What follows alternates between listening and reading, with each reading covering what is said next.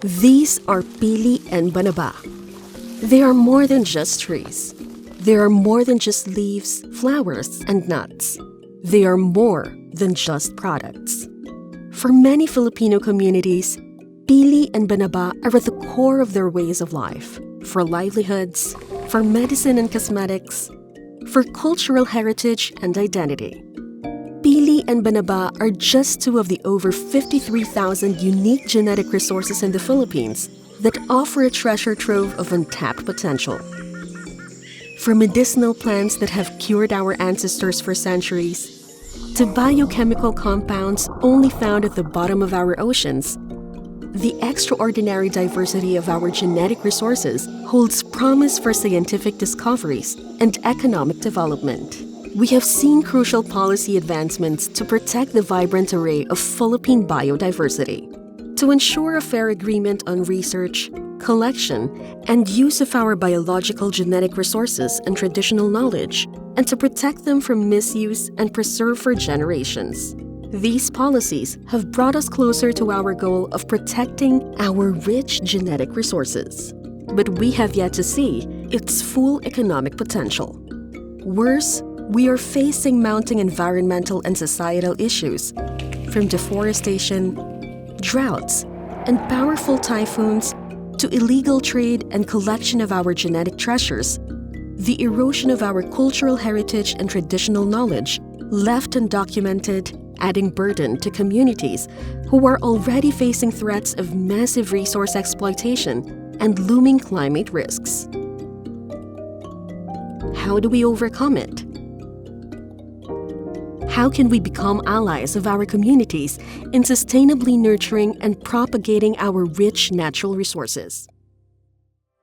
In 2015, the Philippines acceded to the Nagoya Protocol, which means that as a nation, we acknowledge the importance of access and benefit sharing, or ABS, to ensure fair and equitable sharing of benefits from the utilization of genetic resources and associated traditional knowledge to protect the rights of indigenous peoples and local communities. ABS ensures that communities are recognized and fairly compensated for their contributions to the conservation and sustainable use of these resources and associated traditional knowledge. Access and benefit sharing is like a fair trade deal that leaves no one behind. For example, the case of our local banaba and pili industries. Imagine we are part of a local community in Bicol with an abundant pili tree famous for its valuable elemi resin. Our friend Juan, who develops cosmetics products, wants to use resin from our community's pili tree. He needs to ask us each time. That's consent. In return, Juan shares a part of his product profits with our community. This is ABS, when everyone shares and everyone benefits, just like in a fair game. ABS is not solely about monetary gains, but also about preserving cultural heritage and traditional knowledge and acknowledging the contributions of indigenous peoples and local communities to conservation. Fostering a sense of ownership and empowerment among local stakeholders and encouraging their active participation in conservation efforts. With access and benefit sharing, we have a shot at conserving our traditional and indigenous knowledge while creating economic opportunities for our communities. But everyone has to be involved.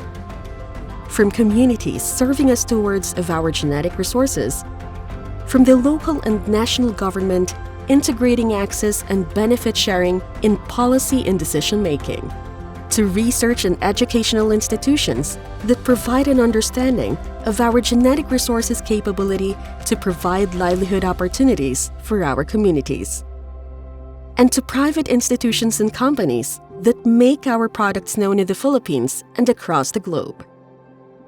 Because now more than ever, at the face of climate threats and environmental degradation, exploitation, and disappearing cultural and indigenous knowledge, we need to rise together as one society to ensure that access and benefit sharing is at the core of efforts to conserve and protect our wealth, our genetic resources.